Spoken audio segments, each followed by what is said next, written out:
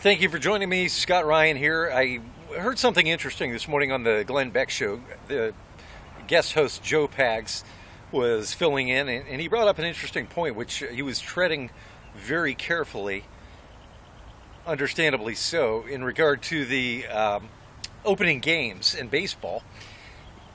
Apparently yesterday, I'm not a baseball fan. To me, I'd rather watch paint dry. It's extremely boring to me. But nevertheless, in the opening games, he brought up the fact that they had apparently had a moment of silence for the members of the family of the Sandy Hook shooting victims, which you have to tread lightly because we're all very compassionate about that, and our heart bleeds for the victims.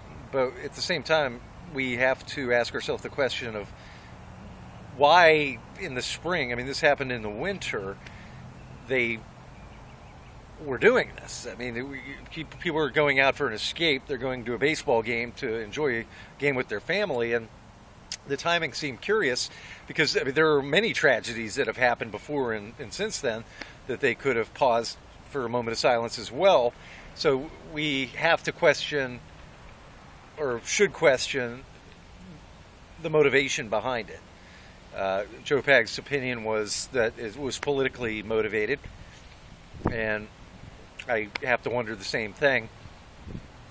And he brought up the point that the people who would protest that, if they were to have a moment of silence about or for the victims and the family members of those who were killed in Benghazi, with those who are complaining about Joe Pags questioning the motivation, would they not feel the same way? Would that not be, would those same people not be charging that it was politically motivated?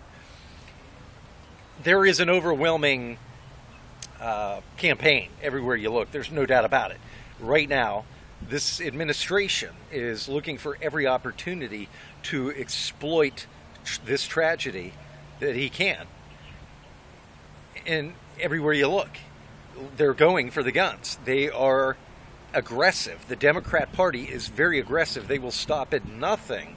There is no shame. There is nothing that is off limits, no holds barred, nothing that they would do to stop, or nothing would they spare to exploit if it can get the guns out of innocent, law-abiding Americans' hands.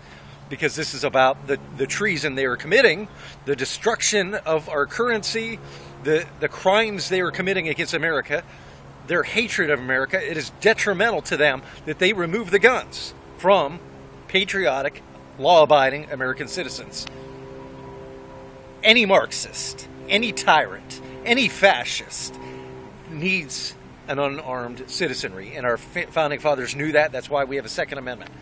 I'm preaching to the choir and certainly don't need to educate anybody on that. But one thing that does come to mind, one thing that I do want to say is there was a lady that called up and it sounded kind of like she was propounding conspiracy, maybe fringe kook type conspiracy, contending that these people are being brainwashed and that the government is creating murderers deliberately to, like in the Sandy Hook case, these people are being programmed to go out and commit these murders.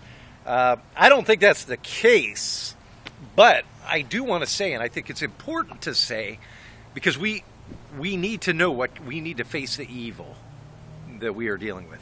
I have no problem believing that if they could get away with it, if they knew they could get away with it, they would program people to go out and kill innocent people like in the Sandy Hook. I believe that Barack Obama, Nancy Pelosi, Harry Reid would have no compunction whatsoever about killing innocent women and children if they could get away with it, if it would help them achieve their goal of destroying America, destroying the foundation, what our founding fathers created, because they've always despised it, they've protested it, they have defecated on it since their childhood. They are despicable people, ignoble people who are not of the mindset of what made Americans and what made America America for the past 235 years.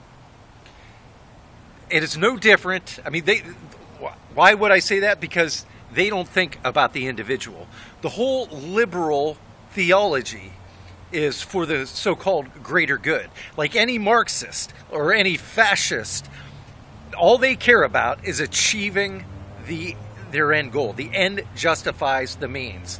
Whether you're talking about communists, fascists, socialists, quoting Nietzsche, or whatever the case, these are people that will sacrifice the few.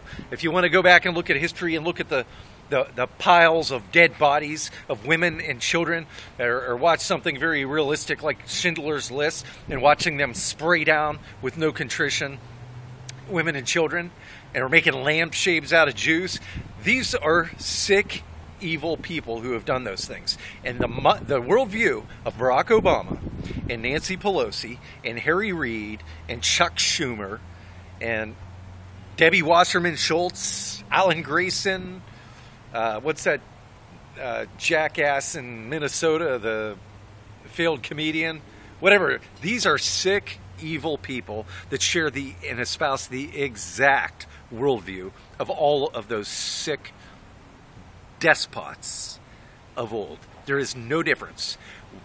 They would certainly, if they could get away with it, kill a few children and women if they could blame it on the Second Amendment and utilize that to take away the only thing standing in their way from achieving total subjugation and becoming the tyrants they long to be, and our masters, to enslave us. Anybody who does not see that, who does not understand that they share the exact same religion and worldview as all of the sick bastards like Lenin, like Mao, you're delusional, and that's why we're losing. The end justifies the means. These are evil sons of bitches. And if you don't see it, if enough people don't see it, then we're going to be seeing it in reality very soon, because they're coming for us. Thank you for joining me. I'm Scott Ryan.